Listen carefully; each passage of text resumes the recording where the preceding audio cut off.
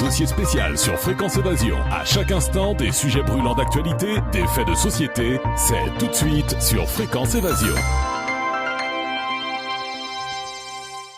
Dans quelques instants, un dossier spécial sur Fréquence Évasion. Nous serons en compagnie du docteur Sauveur Boukris qui vient de publier un livre, La fabrique de malades, ces maladies qu'on nous invente. À tout de suite. Loisirs, culture, environnement, économie. Sur Fréquence Évasion, l'info dans le Sud est sans limite. Fréquence Évasion, la culture du Grand Sud.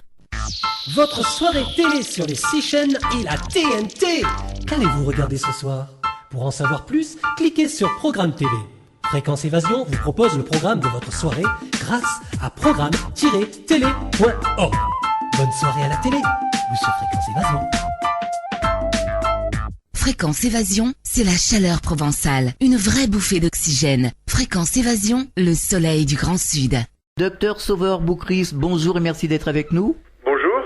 Alors vous venez de publier La fabrique de malades, ces maladies qu'on nous invente, aux éditions du Cherche Midi. Pourquoi avoir publié cet ouvrage? Ce livre, La fabrique de malades, fait suite à un livre que j'avais écrit toujours aux éditions du Cherche Midi, qui s'appelait « Ces médicaments qui nous rendent malades ». C'est-à-dire que je suis parti de cette observation, de cette constatation que tout le monde a, c'est que en France, on est le pays européen le plus grand consommateur de médicaments. Mais quand on réfléchit, on n'est pas seulement grand consommateur de médicaments, on est aussi grand consommateur de radiologie, de radiographie, de mammographie, de tests biologiques. Et je m'étais dit, pourquoi cette spécificité française. Et je me suis rendu compte qu'il y avait dans tout le système que j'appelle le système médico-industriel des techniques de marketing qui sensibilisent et qui manipulent l'opinion publique pour consulter davantage, pour consommer davantage de médicaments et de pratiquer davantage d'examens.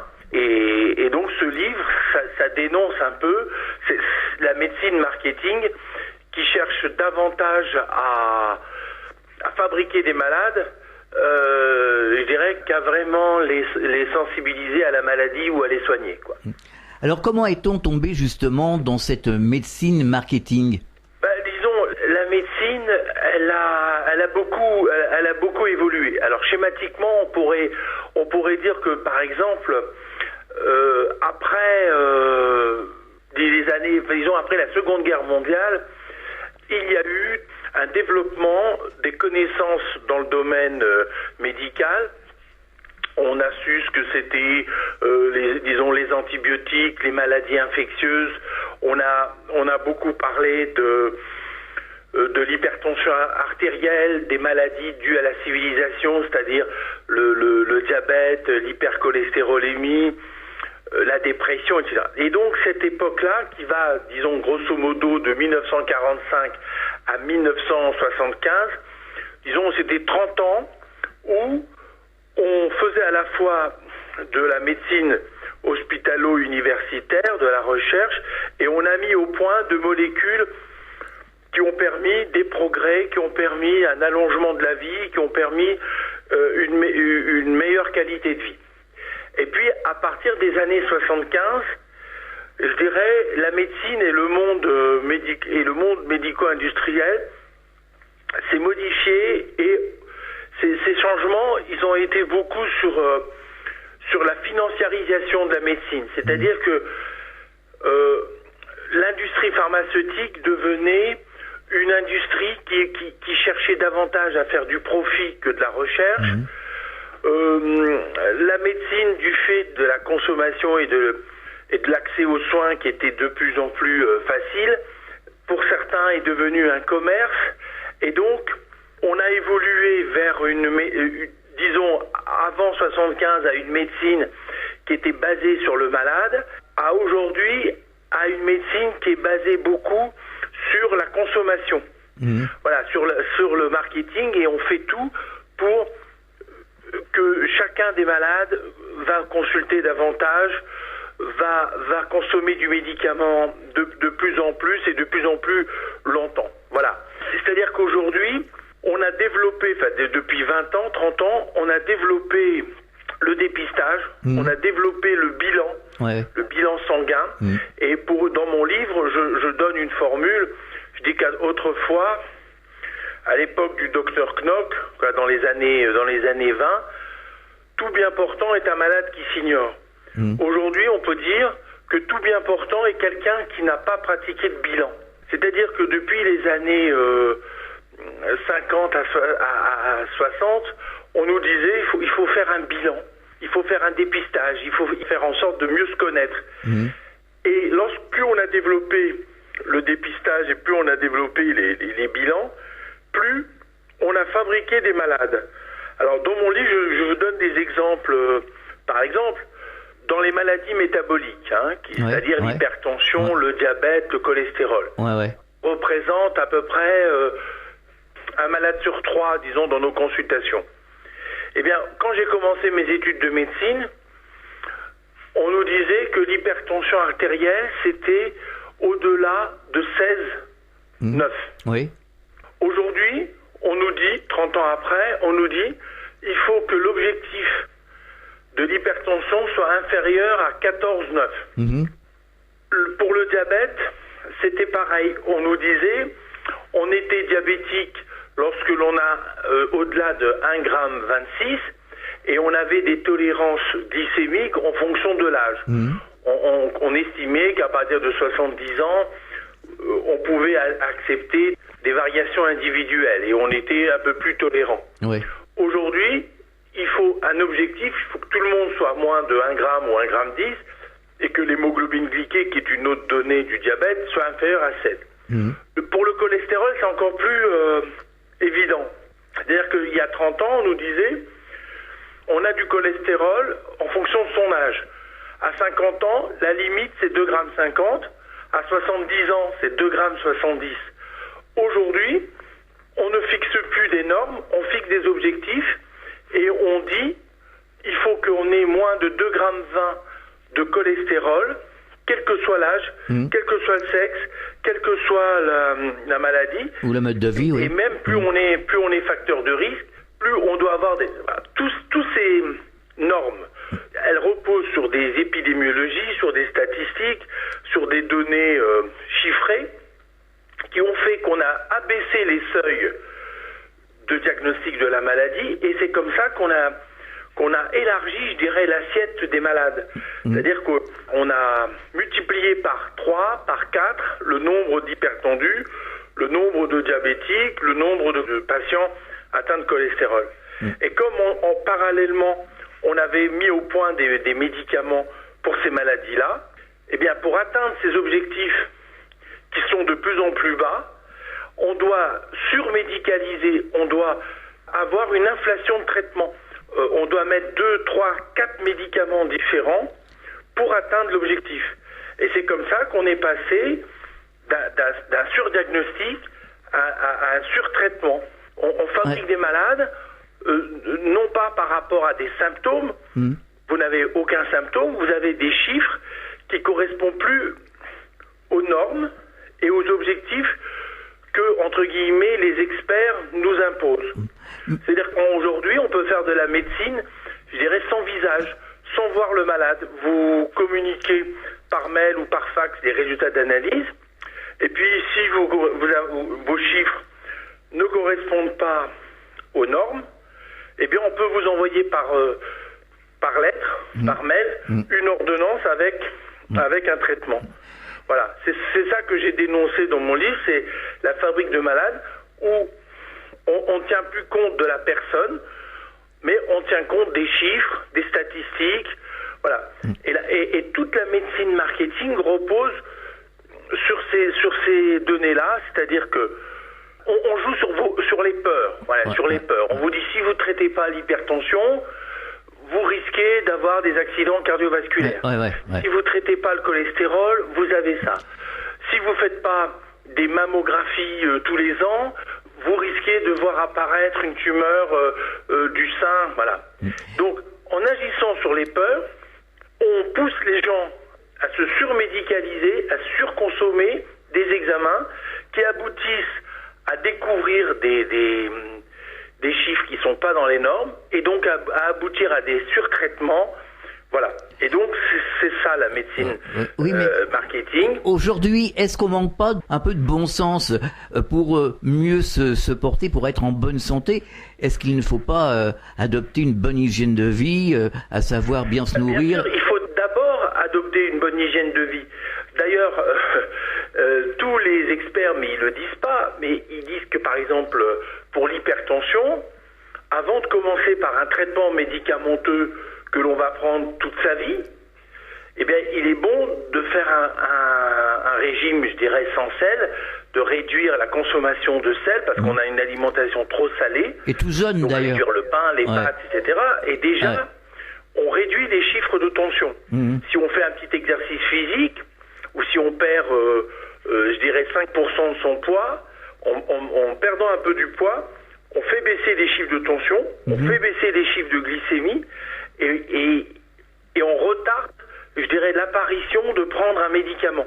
Mais les fabricants de médicaments, l'industrie pharmaceutique, elle n'a pas intérêt, je dirais, à faire en sorte que le malade il développe une hygiène de vie ou qu'il retarde la prise de médicaments. Donc, il joue sur les peurs et sur les risques pour prendre des médicaments. Mais vous avez raison, si les gens arrivaient à avoir un mode de vie plus simple, avec une hygiène de vie plus équilibrée, ils consommeraient sûrement moins de médicaments et du coup, ils auraient moins d'effets secondaires des médicaments et ils auraient moins de risques d'interaction médicamenteuse. Et ils seraient surtout en meilleure santé. Et ils seraient en meilleure santé. Mais ceci dit, quand on est malade, il faut prendre des médicaments.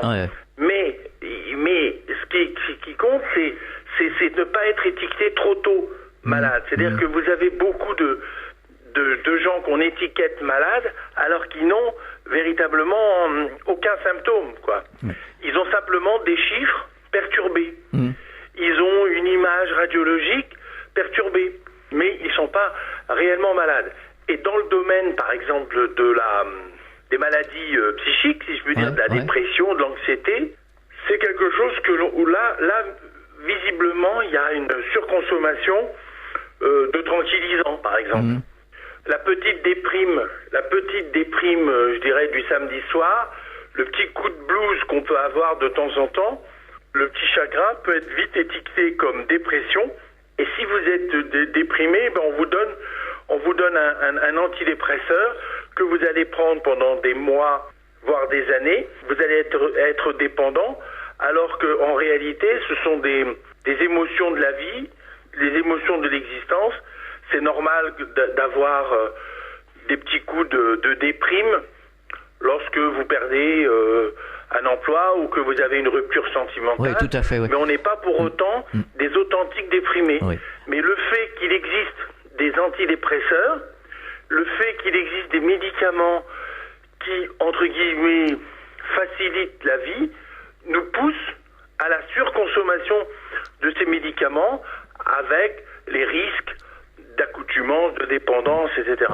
Je parle de tout ça parce que il y a une surmédicalisation, un surdiagnostic, des surtraitements. On marque une pause, on revient dans quelques instants.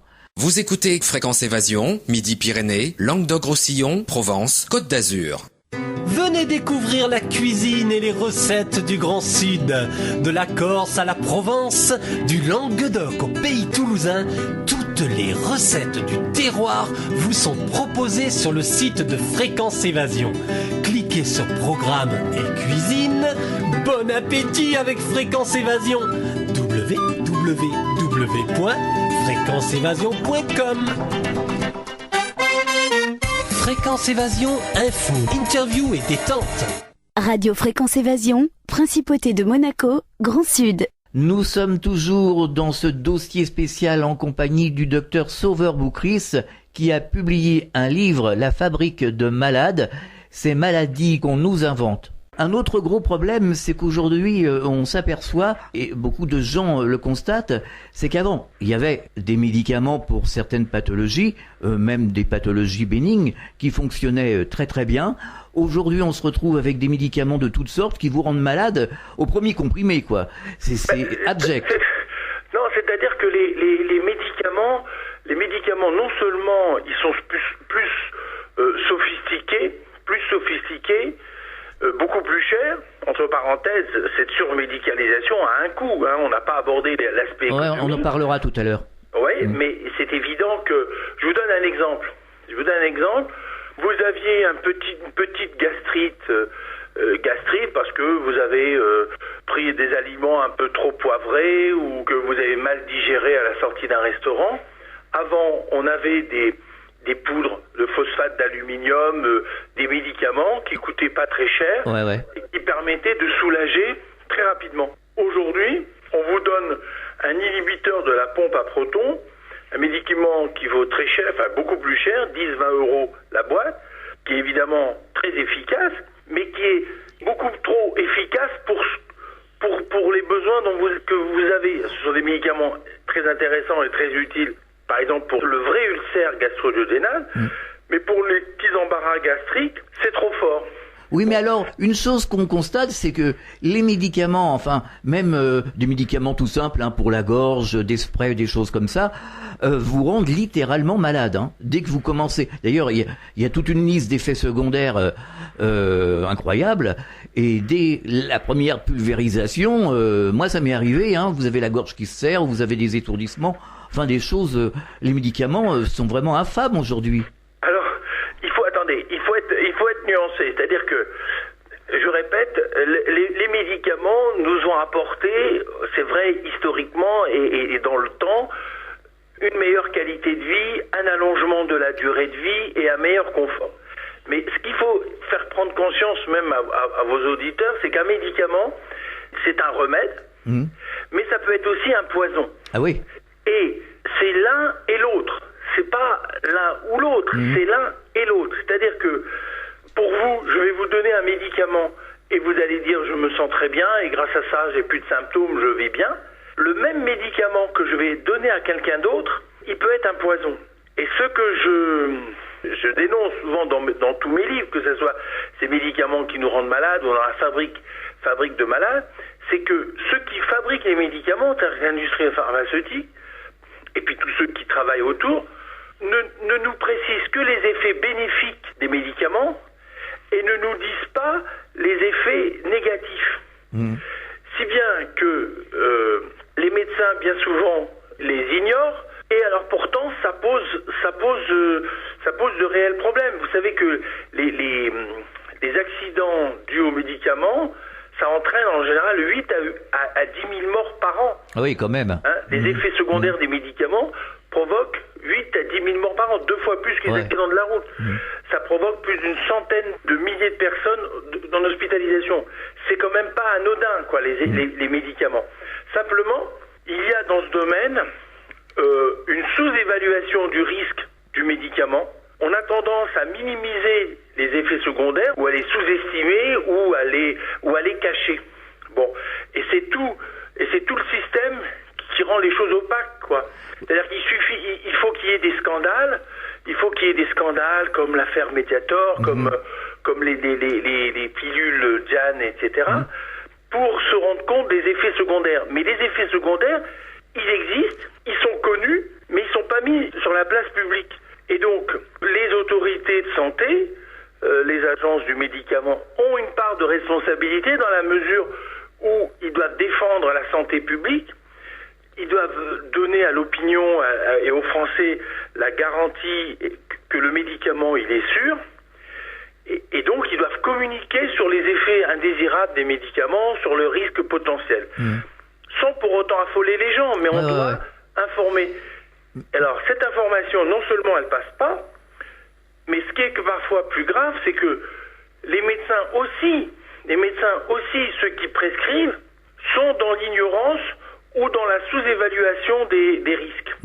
Parce que l'information et la formation des médecins, elle est assurée pour 90% par l'industrie pharmaceutique, par la presse médicale qui est financée par l'industrie pharmaceutique, par les congrès. Donc, c'est pas par l'industrie pharmaceutique qu'on va avoir une information honnête et juste. Il faut aller chercher l'information, lire des revues indépendantes, aller dans des sites qui nous éclairent, de façon à ce que le malade soit le grand bénéficiaire de ces connaissances. Ouais. Mais vraiment, on a l'impression aujourd'hui que les médicaments nous donnent beaucoup plus d'effets secondaires qu'avant.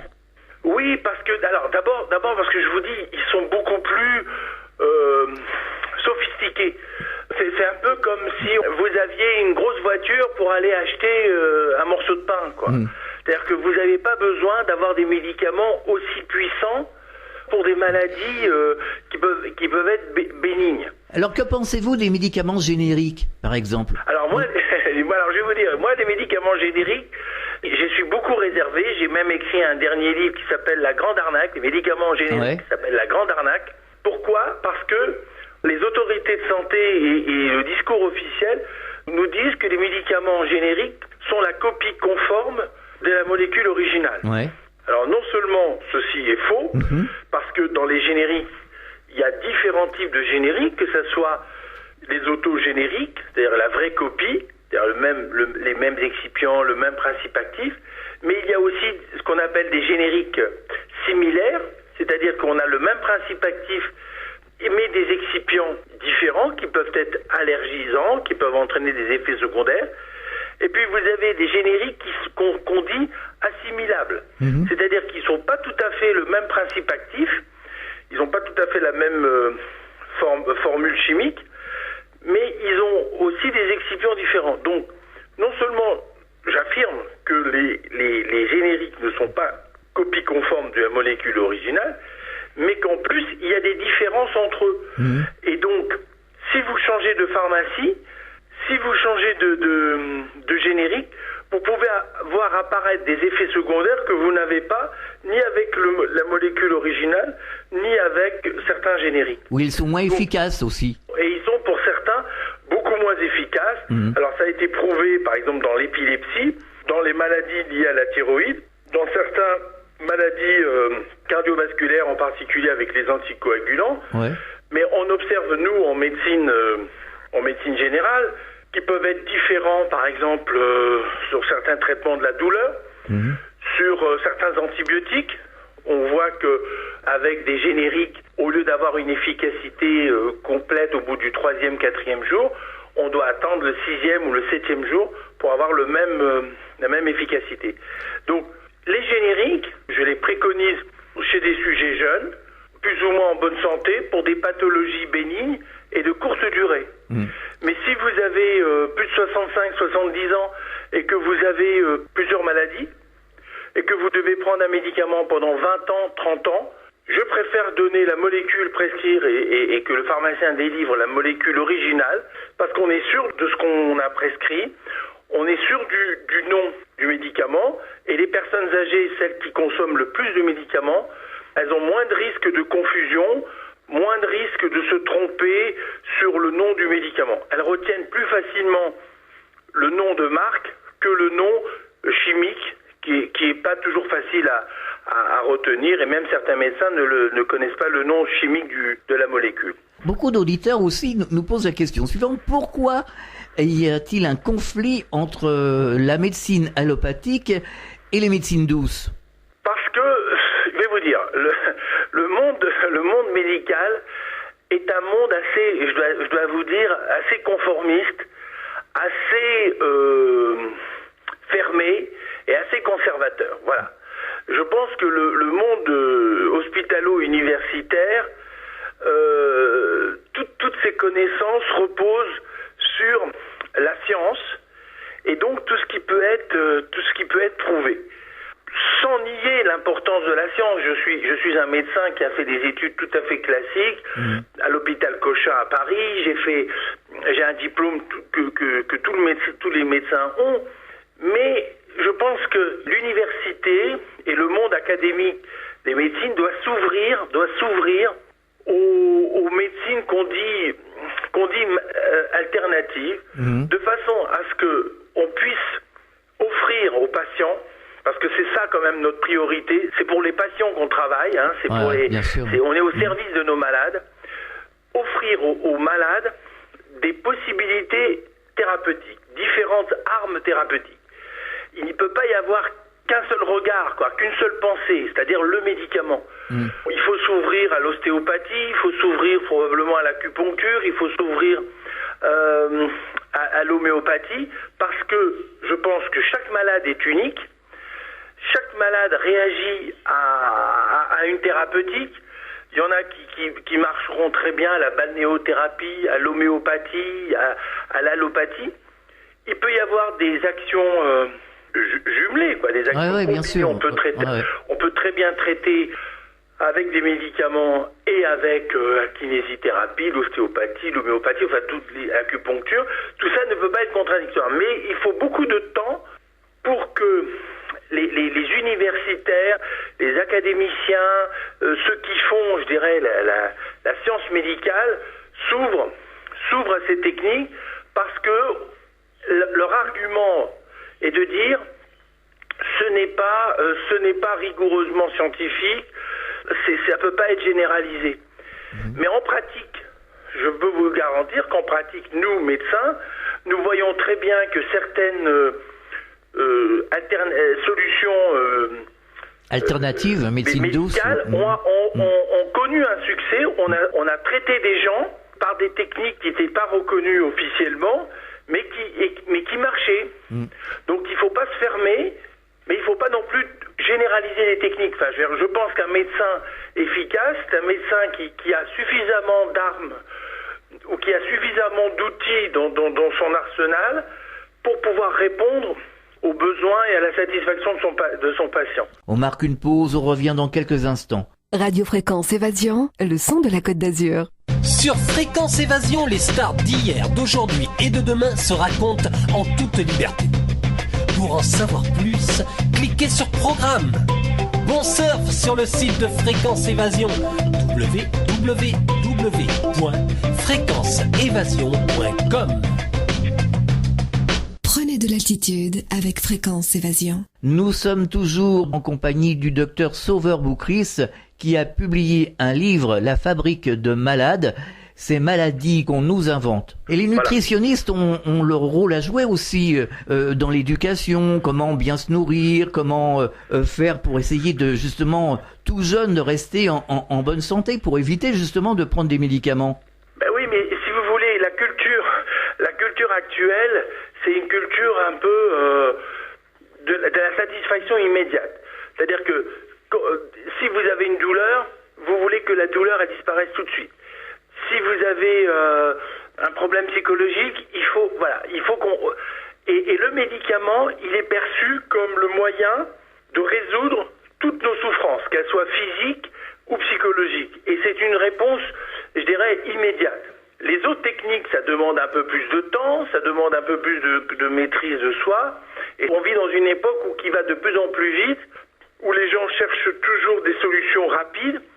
Et c'est pas toujours le cas avec des méthodes thérapeutiques qui agissent sur le fond. Oui, mais là, on parle pas d'une voiture, là, on parle d'un être humain. Eh oui, mais si vous voulez, la culture environnante, ce qui fait, c'est que aujourd'hui, si on dit aux gens, bon voilà, vous avez mal au dos, ils disent, mais je veux plus souffrir.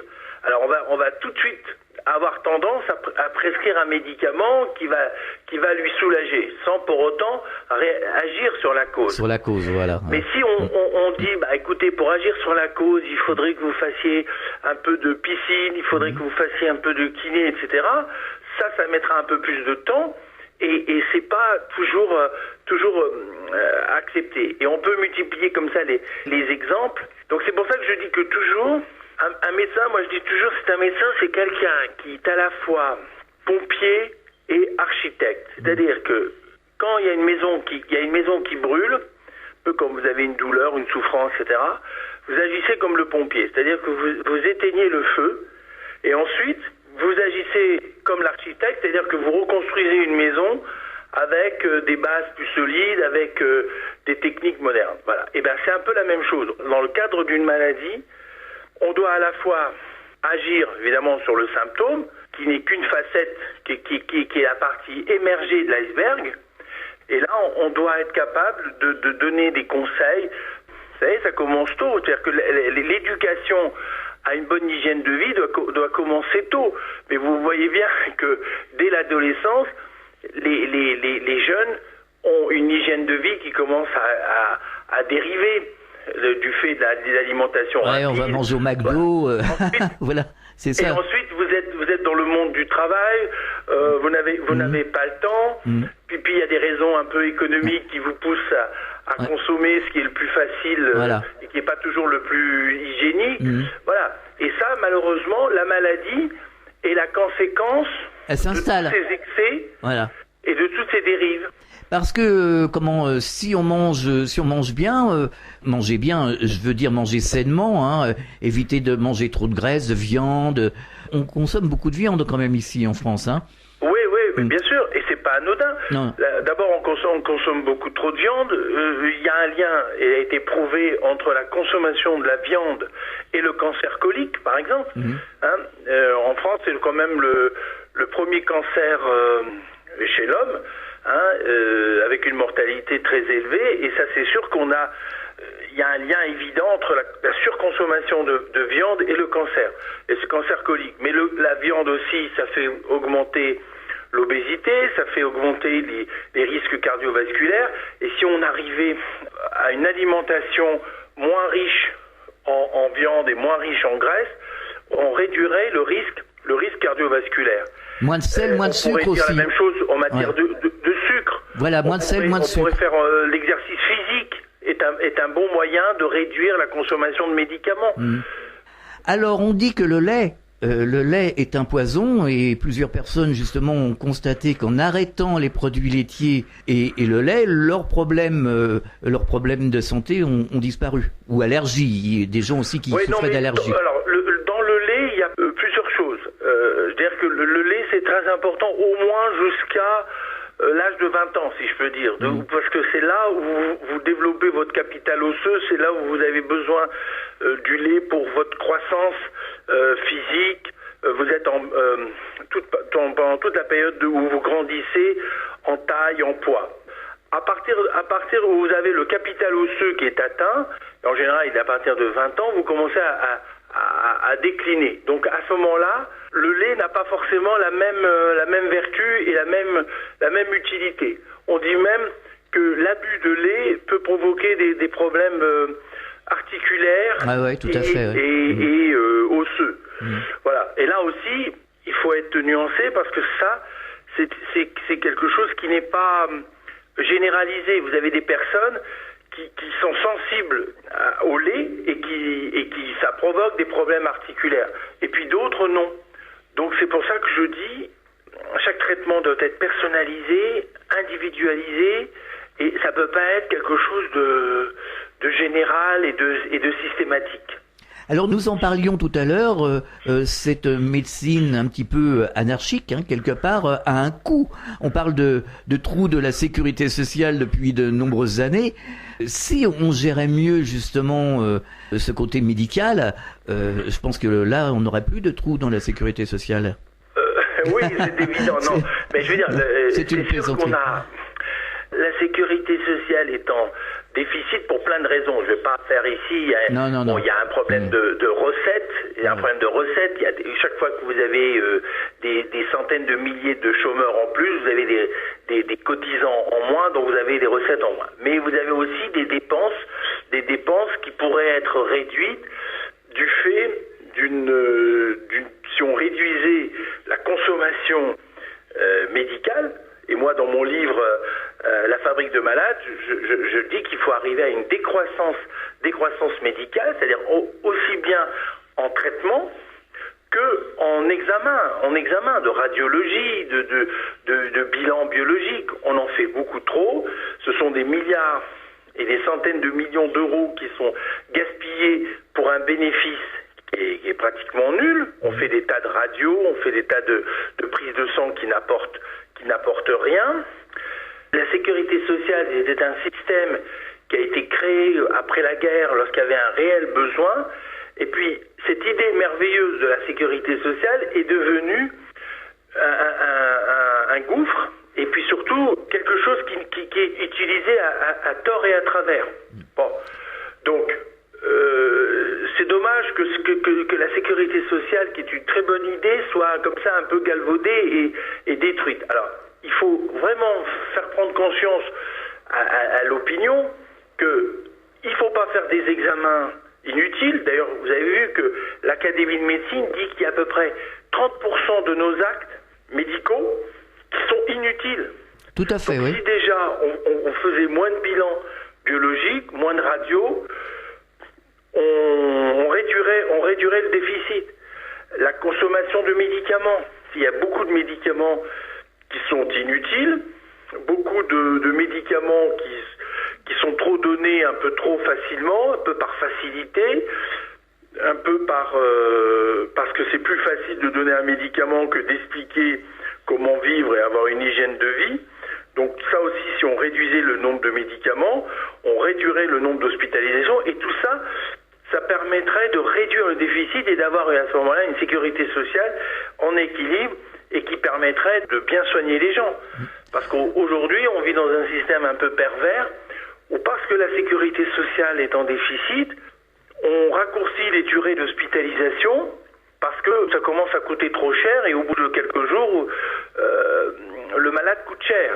Et quand on est malade, on voudrait pas subir la pression économique. Alors comment voyez-vous la médecine de demain ? D'abord, la médecine de demain, moi je pense qu'elle serait plus personnalisée. L'idéal de la médecine de demain, ce serait une médecine qui est basée d'abord sur des symptômes. On va voir un médecin parce qu'on a des signes, on a une fièvre, on a des douleurs, on a des problèmes, mais on va pas voir un médecin pour faire un bilan. Donc déjà, ça change un peu l'état d'esprit. Donc, première chose. Deuxième chose, il faudrait que la médecine soit une médecine personnalisée et individualisée. On ne peut pas traiter de la même façon quelqu'un de 50 ans, quelqu'un de 70 ans, quelqu'un qui a une activité sédentaire et quelqu'un qui a une activité très physique. Tout ça, ça demande donc un traitement du sur-mesure, du cas par cas, et non plus un traitement de masse, un traitement systématique où tout le monde aurait le même traitement. Troisièmement, il faut essayer de former le médecin à la pertinence des traitements et des examens qui prescrit. Se dire qu'est-ce qu'on attend de tel examen, qu'est-ce qu'on attend de tel médicament, et est-ce qu'on pourrait pas ne pas faire tel examen, ne pas faire tel traitement. Ça permettrait au moins de réduire et de ne pas aller à la surconsommation et au surdiagnostic. Et puis, la chose la plus importante pour moi, c'est qu'aujourd'hui, le malade, c'est après tout celui qui prend les médicaments, celui qui subit les examens, il doit être partie prenante. C'est-à-dire qu'aujourd'hui, le médecin ne peut plus se permettre de dire « je sais tout », vous devez m'écouter, c'est moi qui prescris, c'est moi qui ordonne. Ça, je pense que c'est fini. Le médecin ne sait pas tout. Il faut qu'il soit humble et modeste. Mais surtout, il faut que le malade qui va consulter un médecin puisse lui poser des questions, puisse avoir les réponses à ces questions. Il n'y a pas de gêne, il n'y a pas de honte, il n'y a pas de difficulté à poser des questions sur pourquoi on fait tel examen. Qu'est-ce qu'on attend sur cet examen? Pourquoi vous me donnez tel médicament? Pourquoi il faut que je le prenne autant de temps? Est-ce que je peux attendre avant de prendre un médicament? Est-ce qu'il y a urgence à prendre ce médicament? Est-ce qu'il n'y a pas d'autres méthodes plus naturelles qui permettent d'éviter de prendre des médicaments, etc. Il faut que le malade, il soit quand même beaucoup plus participatif. Et ça peut faire changer les comportements, parce que c'est nous, médecins, nous travaillons pour les malades, mais c'est quand même le malade qui avale les médicaments, qui subit les examens. Et il doit plus le faire, je dirais, les yeux fermés. Docteur Sauveur-Boucris, on peut vous retrouver sur Internet? Vous avez un site? Non, moi je suis pas très, je vous dis franchement, je suis pas très truc. Alors si vous mettez mon nom, vous trouvez des articles que j'ai écrits un petit peu partout. Et puis moi, c'est dans mes livres. Voilà, j'ai écrit ces médicaments qui nous rendent malades et la fabrique de malades au Cherche Midi. J'ai écrit tout récemment les médicaments génériques, la grande arnaque aux éditions du Moment. C'est dans mes livres que je m'exprime le plus. Pour terminer, vous avez un message adressé aux auditeurs ? Si je puis dire, sans faire un peu de polémique, mais je dirais, réveillez-vous, indignez-vous, faites en sorte quand même, ne vous laissez pas berner ou manipuler aussi bien par le pouvoir médical. Et donc, quand je dis le pouvoir médical, c'est le monde de l'industrie pharmaceutique avec les leaders d'opinion, les chefs de service, etc. Vous êtes quand même, vous, en première ligne, les malades sont en première ligne dans la consommation des médicaments, dans la souffrance qui peuvent vivre au jour le jour. Donc, vous devez vous exprimer, vous devez dire quand les choses vont pas et ne pas subir ou se résigner. Voilà. On ne doit pas s'effacer ou s'écraser devant le pouvoir médical. Tout à fait. Indignez-vous. Un peu, voilà. Malade, indignez-vous et révoltez-vous contre l'abus de pouvoir médical. Docteur Sauveur-Boucris, merci d'avoir participé à cette émission et à très bientôt sur cette antenne, je l'espère. Au revoir. Au revoir, monsieur. Fréquence Évasion.